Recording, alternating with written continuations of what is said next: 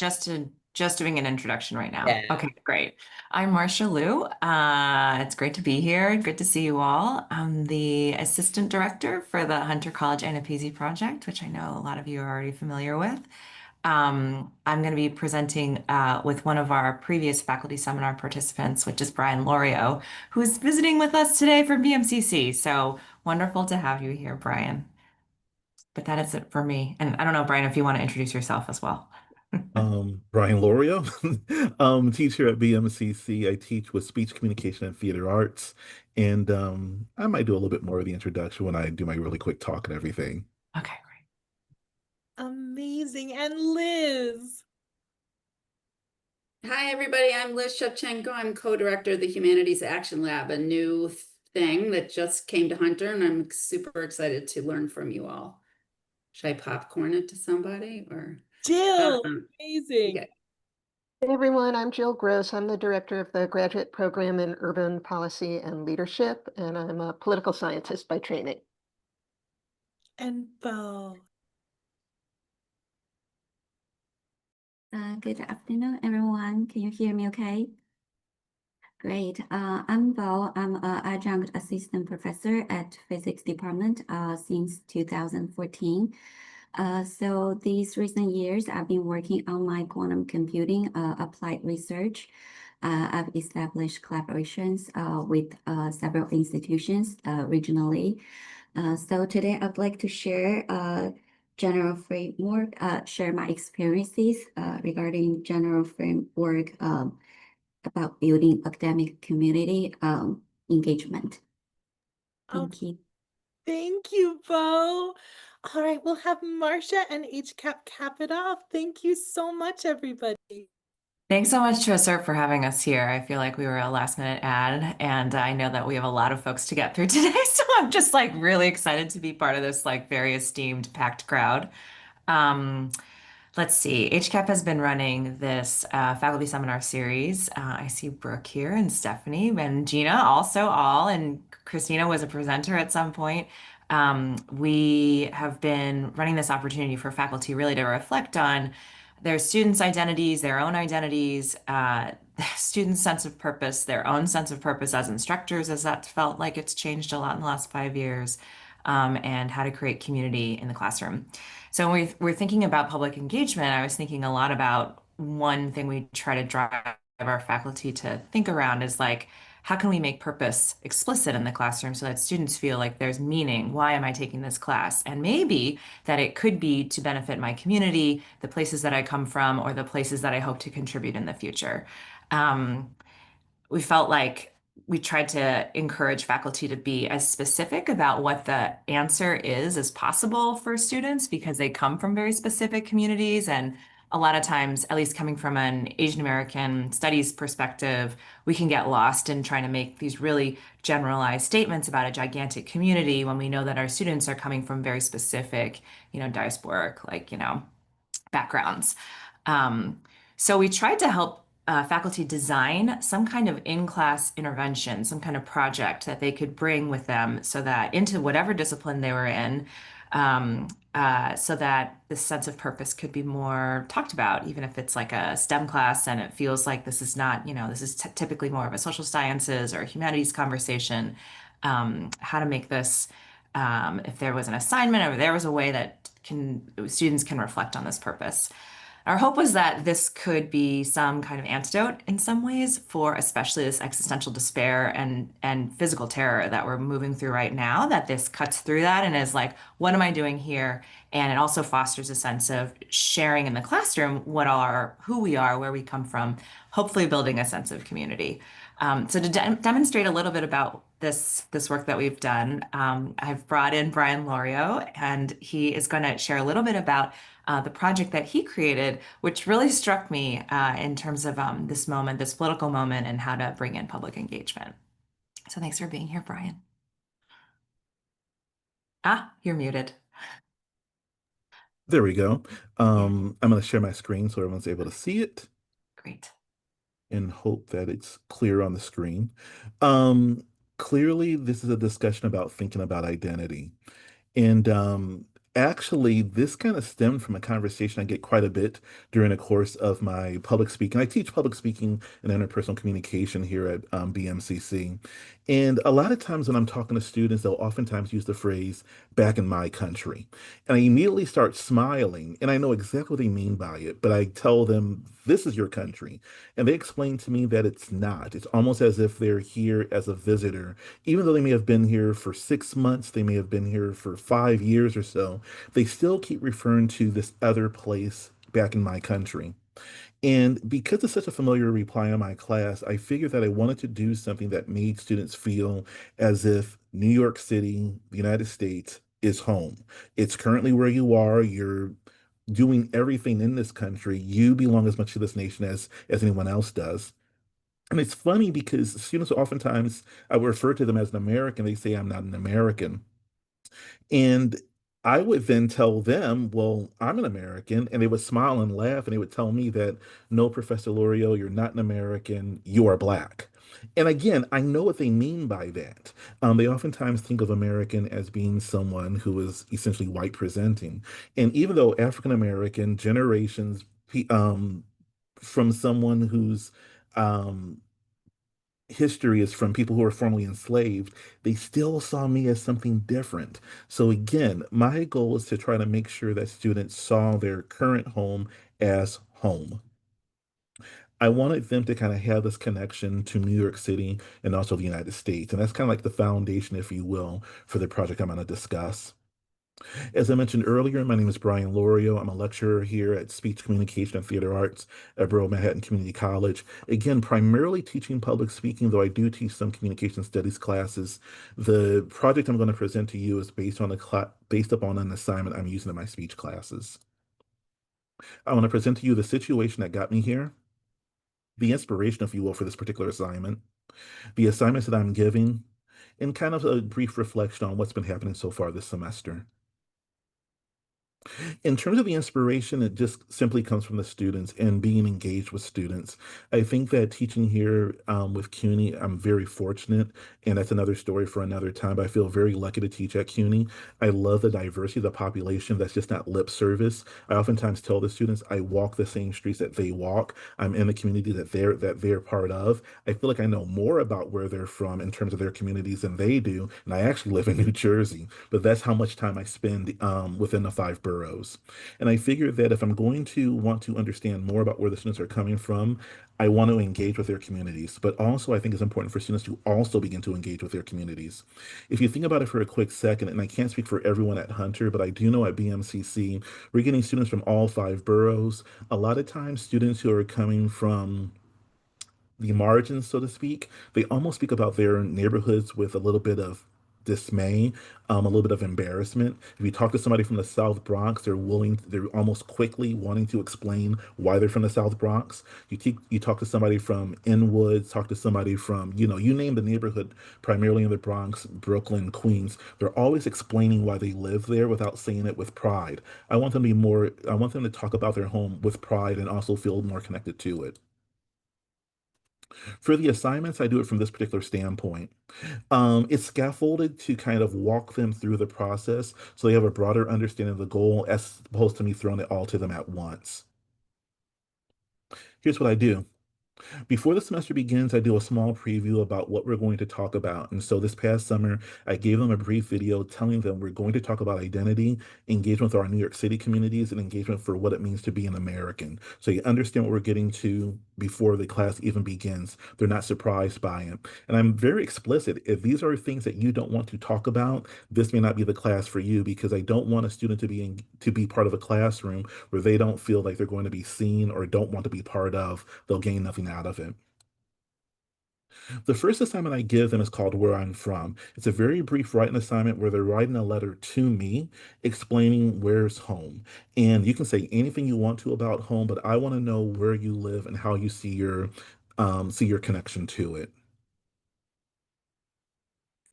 I then have them do a brief assignment called A Beautiful Thing. And what I want for them to do is I want for them to take a picture of a beautiful thing in their neighborhood. And the reason why is because I think that when students see their place or see their neighborhood as not somewhere where you just sleep, but somewhere where there has beautiful things around it, that's going to make you feel a lot more connected and a lot more engaged. I've had students take pictures of flowers, of public artwork, of, a bodega, of their friends, of family members. And now they see their home as somewhere different. It's just not a place where that seems somewhat transient. After that, we work on something called a letter to a stranger. I think a lot of times for students who are in my classes, again, not feeling connected to home, not feeling connected to this country, they're just kind of passing by. I want for them to kind of notice an individual who they see on a daily basis but never encountered with them. I want you to write a letter to them, letting you know why are they special? What connection do you believe you have to them? What is so special about them that you see them every day in the neighborhood but feel scared to talk to? Now they're seeing the humanity in other people other than friends and family. They're seeing their neighborhood as being filled with neighbors and feeling a little bit more connection to people who live side by side to them. That brings us to the major writing assignments and also to their major speech assignments. These major writing assignments and their major speech assignments center around identity, focus on issues facing their immediate community, issues facing them as individuals in the broader New York City or in the broader American society, teaching us about what they see on the daily basis, and then providing a solution to it. I've experimented in the past with using a solution as being part of a community organization, helping out with a nonprofit, giving back, and seeing yourself in that particular nonprofit. I'm still playing with that particular assignment for this upcoming semester, but the combination of learning where you're from, seeing people for who they are, and now engaging in that process makes students feel a lot more connected to their community, makes it feel more at home, makes them feel more engaged, and yeah, see themselves not only as a New Yorker, but also an American. Brian, I hate to rush you. We're a little bit over. So I just Oh, want okay. I'm really sorry. Oh, I'm so No, no, sorry. I'm no, so you're sorry. so good. This Oh, is okay. The long story short then in all of this is that I'll cut right to the chase. Students are a lot more engaged in terms of the classroom. They're a lot more engaged with each other. I have two wonderful SI leaders who also facilitates the discussion, at least a lot more meaningful discussions, and makes them feel a lot more connected. And for that reason, they feel a lot more connected in terms of being New Yorkers and American citizens. I'm so sorry. If you have any more questions, here's my contact information.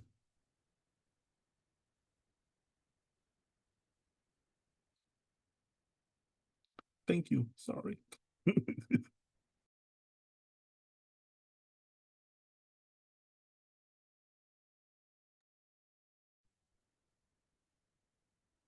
Amazing. That was so amazing. Thank you so much. It's such a great project too. Incredible. Thank you so much, Brian and Marcia. Thank you. Thank you. Amazing. You guys do amazing work. All right, Liz, Hal, we're so excited you're here. Thank you, Brian. I loved that. That was so awesome. Thank you so much. It has so much connection to what I'll be sharing from the Humanities Action Lab as well. Do you guys see the thing that's okay, great. Yeah, I was just writing down, there were so many points of connection. I'm Liz Ševčenko. I'm co-director of the Humanities Action Lab and with Regina Campbell. And I'm gonna do a little 5-minute thing and then turn it over to Jenny, and who's gonna share a little bit more about other opportunities for building community and faculty engagement. But I wanted to kind of situate what we have to offer as for faculty who are interested in collaborating with local communities on multimedia projects around social justice issues and connecting with a national community of practice, both in New York City and in some other communities. The Humanities Action Lab is a coalition of campus community collaborations in a lot of different cities, and we've just come to Hunter. Our coordinating hub has just arrived at Hunter, and we're really excited to learn from everything that's happening here and connect you with so that our folks can learn from what you're doing and the other folks, you may learn from what other folks around the country are doing. Jenny will probably share more about this, but she is leading a sort of strategic planning process around how we can support campus community collaborations. And I'm part of that as well. And so I'm just everywhere we go, we're trying to find out what's going on and what people need. So I'm wondering if during this talk or during the whole thing in the chat, you could share if you have partnerships already outside of the universities, and sort of what your assets are, and then what challenges you face. So we'll look at that at the end, but just every chance we get, we're trying to learn from people about what's going on. So the way the Humanities Action Lab works, and then I'm just going to get to how Hunter faculty specifically can participate, is this large collective chooses one big issue of shared concern to work on together across communities. So we have projects on climate and environmental justice, projects on mass incarceration, on urban renewal. And so we have a variety of kind of themes that people can connect around. And in each of the sort of places that you see here around the country, there are a partnership among 3 different entities. So a college or a university, an issue organization, and a public space. And in each of these partnerships are really built through the people who are building personal relationships from each of these places. So faculty, students, advocates, and folks who are sort of like bringing people together in these public spaces. But it's really the people and the relationships that holds this together. And these relationships are being built locally in each of one of these places, but also across the communities. Through our coalition, we're sort of connecting folks together so that they can learn from each other and their experiences with this, whatever the shared issue is. As I mentioned, we just arrived at Hunter, and so we have an area of our website, and I can put the whole thing in the chat, but where faculty and any of you can connect with different ways that you can participate and connect with this national network. But I'll just share one project to give you a sense of the way this works. This is one called Climates of Inequality, and it's around environmental and climate justice issues. So in each locality, and what really resonated with me about what you said, Brian, was that the students are themselves from the frontline communities that are experiencing climate and environmental issues in the most dramatic way, but they may not have a sense of like belonging and pride, as you just discussed. So students can do from a variety of different disciplines, a whole bunch of different research. So that research can include actually analyzing the soil that's beneath their feet and working with community organizations to learn like how to physically, how to do that scientifically. It can involve speaking, doing oral histories with advocates, like leaders in the communities that they may pass every day, but didn't realize had a whole history of accomplishment and activism. They can look in archives, historical archives, to learn about histories of resistance and resilience in their communities and generations before them. And they can learn about things that are happening in their communities now. And all of this is done through classes that are co-taught or taught in some form of collaboration between faculty and some community organization. So these connections, that's what happens locally. And then folks all along the way are visiting each other personally, learning from each other's sites, and gathering together, which we hope to do at Hunter, in convenings where people are sharing their experience.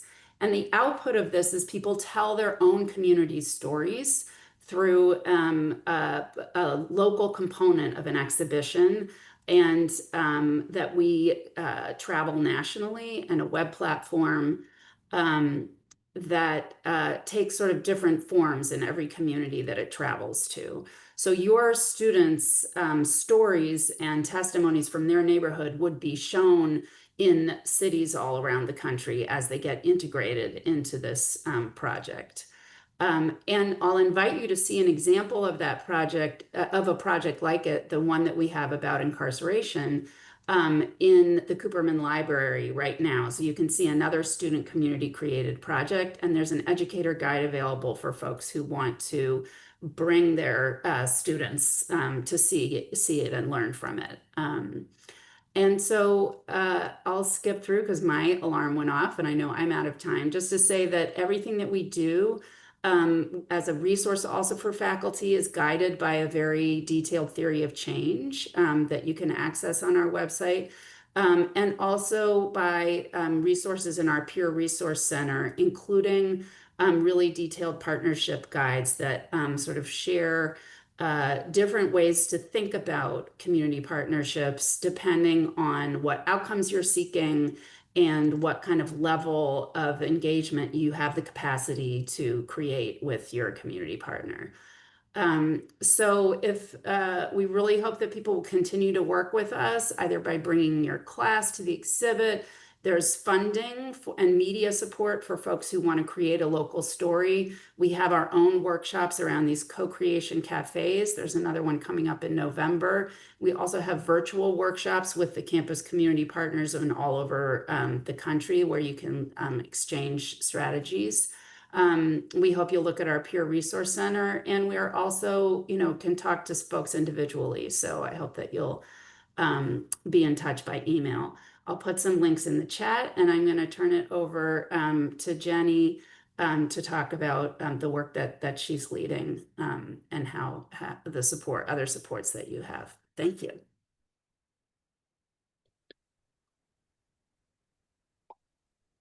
Thanks, Liz. And I don't want to take up very much time. I'm Jenny Tuten. I'm a professor in the School of Education and also now a special advisor to the provost on community engagement and public scholarship. And I just want to say briefly that everything that everyone's doing is really helpful for me to learn more about the landscape of what's going on here at Hunter. Every place I go and everyone I talk to, I learn something new, which means exciting things are happening. But also means we don't actually have a very good way of always sharing all the amazing things that are going. And that's going to be part of my mission, is to really be able to bring up to the surface the things that we're doing so that we can better learn from each other, because there's so much great stuff going on. I just want to highlight two things. One, Liz already mentioned, which is there's a strategic planning group around this area. So comments are really useful. You could reach out to us, Liz or I, about anything that you particularly care about, but you may be here getting a survey to include your thoughts, and we really encourage you to answer that.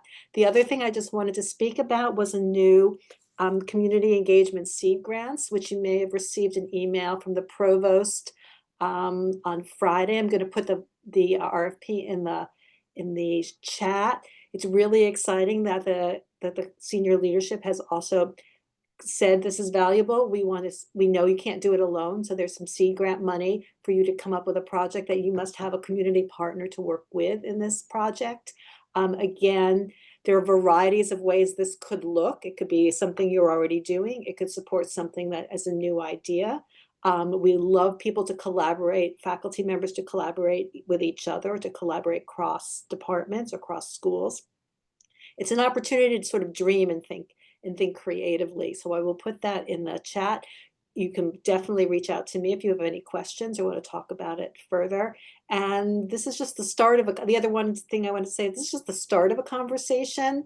It's really exciting, and I hope I'm really grateful to ACERT for putting this on their radar, and perhaps we can reconvene in the spring or periodically, because it's very important to not work in silos and to be able to share what we're doing together. So thank you. Thanks for a couple of minutes, and I will put the RFP in the chat. Thank you so much, Humanity Action Lab. Thank you, Jenny. Awesome, awesome, incredible work. All right, Jill. All right.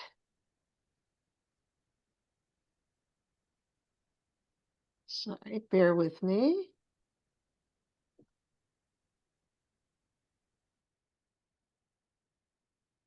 All right, hopefully everyone can see that. And I do have a little timer, so the likelihood that I can actually finish this in the amount of time given is pretty slim, but it's great to be in this room with all of you. The AANAPISI folks, really exciting because Caitlin Ho is a graduate of our program, and she's over at AANAPISI, and I'm going to be contacting Brian over at BMCC because we're actually doing a project for CUNY on BMCC this semester, and I'm going to talk with everybody a little bit today about my department, what we do, what community engaged scholarship is, and talk specifically about an applied research course that we teach. In many ways, I'm sort of at the opposite end of the academic trajectory from Brian. I'm working with graduate students who are focusing on being leaders in public agencies, nonprofits, elected officials, as well as students who are in our urban planning program.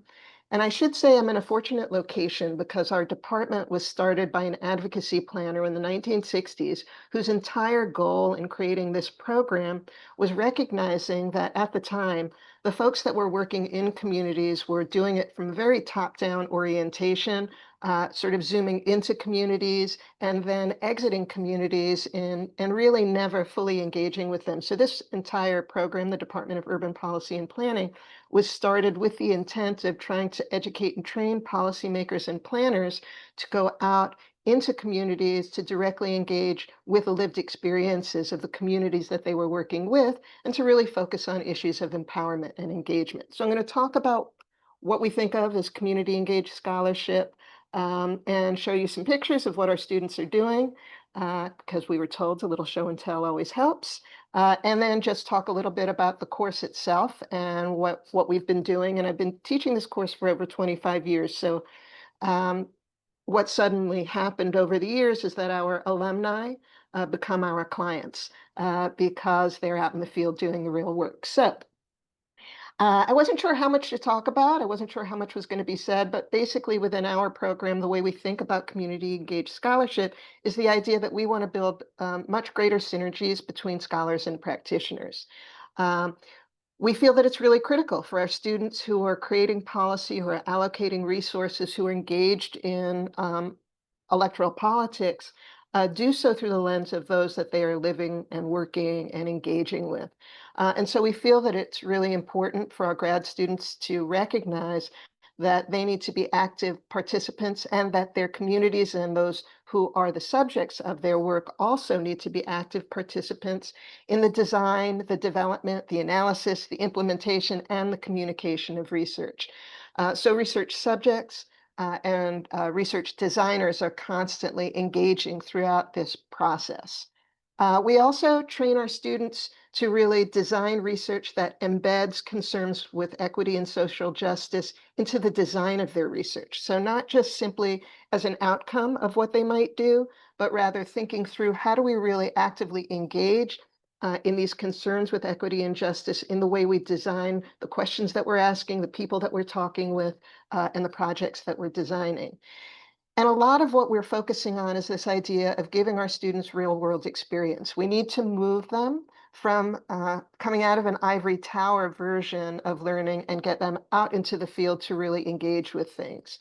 And what we find is that by teaching them research through the lens of real projects, it's very inspiring to them. Students become active, they become more engaged, they become more enthusiastic in the kinds of work in the futures. They also learn what they need to get better at. They learn their own positionality within research. And it helps them, I think, in many ways to transition from academic to applied settings. It also helps them contextualize, recognize that they don't sit in a vacuum, but rather they are in a central area within a community that's structured around a context. We also focus on getting them to think about action-based research. I already see that my time is running slim, so let me get to the fun stuff. So what kinds of things happen? These are actually pictures of what our students are doing. This is a picture from this past week. We're partnering with State Senator Sanders Jr. in Southeast Queens, who came to us. He wants to know what the community needs and wants for a particularly environmentally vulnerable part of his community. This is the senator actually taking our students out into his community and showing them what it looks like on the ground and helping them figure out where to go next. So through taking this course in applied research, students are learning in the fields. We also find that doing this allows students to engage directly with policymakers. This is another project that we did. We contracted with the Westchester County Department of Planning. They were looking at problems of affordability in Westchester, and they asked our students to help them analyze and understand accessory dwelling units. This is actually, I'm not going to play this, although it'll start playing. This is actually our students coming out at the end of the semester and presenting their work to the City Planning Division at Westchester County. I'm going to skip the video of it, but for those of you that want to see it, you'll be able to. Let me just, because I see we're running out of time. All right. This is also another element of the course. When students take this applied research course, they're really also learning the skills of communication, how to come out and work directly with communities using words and language and narrative, how to create maps and data visualizations in order to better communicate complex topics and subjects, and then also how to sort of share their experiences and communicate about community engagement with communities out there. So the course is also about action-oriented research. When the students do these projects, they're working directly with a client. They have 1 semester to do it. And the goal here is not reports that are going to sit dusty on a shelf. It's reports that are going to make a difference. So this is an example of a project that we did in 2023 for Councilmember Alexa Avia. This is the students' report. We don't step in and micromanage. They write the report, they produce it, and at the end of the day, it's their work for the client. So in this case, the students were asked to go into Red Hook and help the council member really think about the challenges that the cruise terminal was posing in terms of the environmental health of the community. Ships are pulling into Brooklyn, they're sitting there and spouting lots of bad air, and they were concerned about this. The council member was actually trying to pass legislation. So this is the students describing what their project was about. These are 2 of their key recommendations that revolved around helping the council member understand the nature of support and opposition for the legislation that she was moving forward, while also helping the council member begin to recognize and learn that there were other bases of activism going on within the community that were important, and also letting the council member know that there was a need for greater collaboration. Why is this so exciting? Well, the council member was able to use the students' research to put forward this legislation, which was enacted in City Council last semester. Each of our projects are really tailored towards real projects, real world situations, so the students can feel like they're making a difference in the end.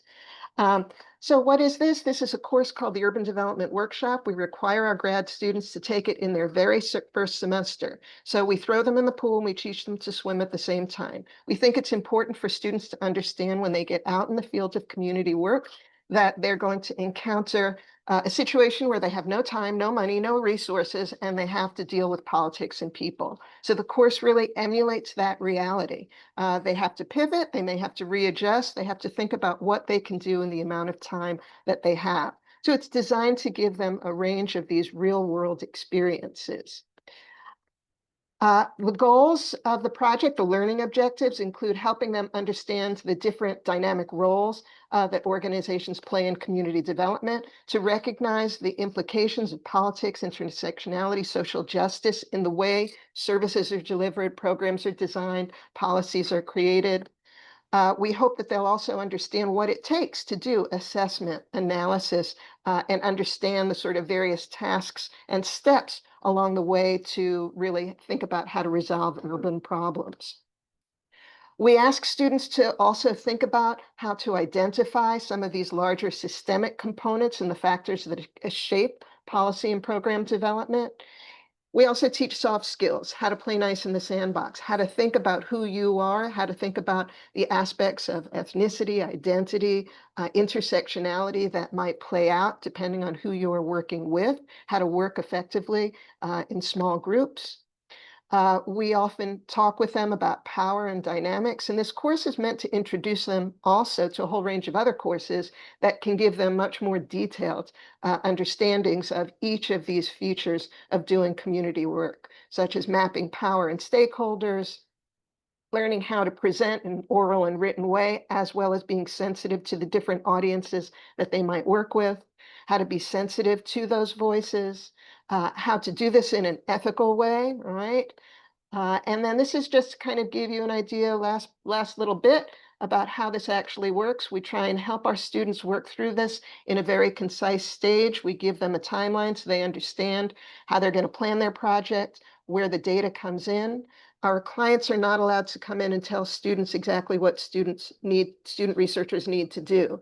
They're only allowed to come in and say, this is the issue that we're dealing with. And the students are then put into small groups where they need to work together to figure out what kinds of data can they gather to inform and make recommendations to deal with that specific issue. They need to engage with the client, they need to engage with the community, they need to understand each other and their expertise. And so we work them through a series of stages. They know in advance what they're going to be doing and when, and they know exactly how their semester should play out. And when their final projects will be due. We have them give 2 presentations at the end, one short presentation designed for a general audience that knows nothing. That goes to our students in the rest of the department, and then a major project presentation to their client, possibly the board of directors of their organization and beyond. So in the end, the projects ends up giving students hands-on experience. It really builds their capacity to engage and work with communities and solidify their understanding of communities. It helps them learn how to design, develop, implement, manage these projects. It teaches them hard and soft skills. These are just examples of other projects that we've done over the semester. And as I mentioned before, Brian, I'm going to be reaching out to you because we're doing a project this semester for CUNY Central from one of our former students, Renee Sarmiento, who's now the Vice Chancellor for Enrollment for CUNY, and she's asked us for help learning a little bit about the barriers that adult learners face in returning to education, and they've asked us to do our study site at BMCC this semester. So I'm taking advantage of this room to do that. All right, that is the fastest talk I've ever given on our project. Amazing. It's so awesome to hear what everyone's doing. Thank you, Jill. Thank you, Urban Policy. Incredible. And Bo.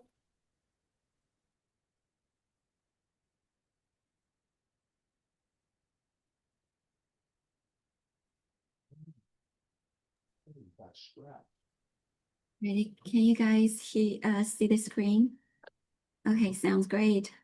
Very impressive work and the presentations of the colleagues just presented. So I have just one single slide. It's my own research experiences. So quite a few years ago, I proposed a research proposal to our physics department. So our department is has been very supportive. I get some initial funding, but the thing is that we don't have all the research resources at Hunter.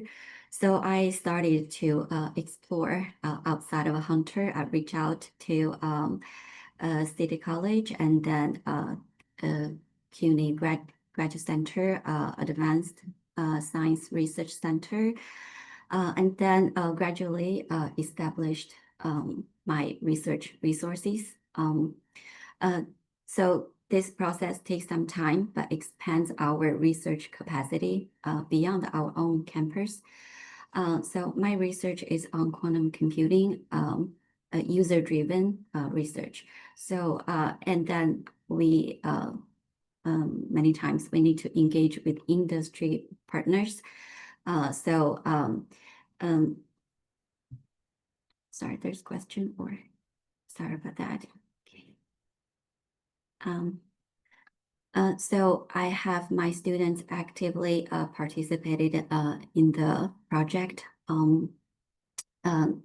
have them exposed to the research and the industry. I think many presenters already mentioned hands-on experiences and experiential learning experiences, soft skills, research skills. These are very important for their workforce development. Also engage the other stakeholders, faculty members from other institutions, or sometimes policy makers, and communicate effectively with all these stakeholders to build up our research capacity gradually. And then we foster collaborative, inclusive partnerships with shared decision making, with mutual respect, and ongoing communication. And then and we have the students participated for sharing our research results at research conferences, symposiums, or workshops, or post presentations, and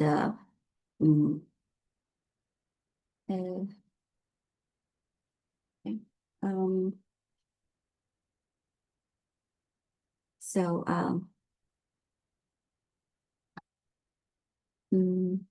I think that will be all for my presentation here. Thank you very much.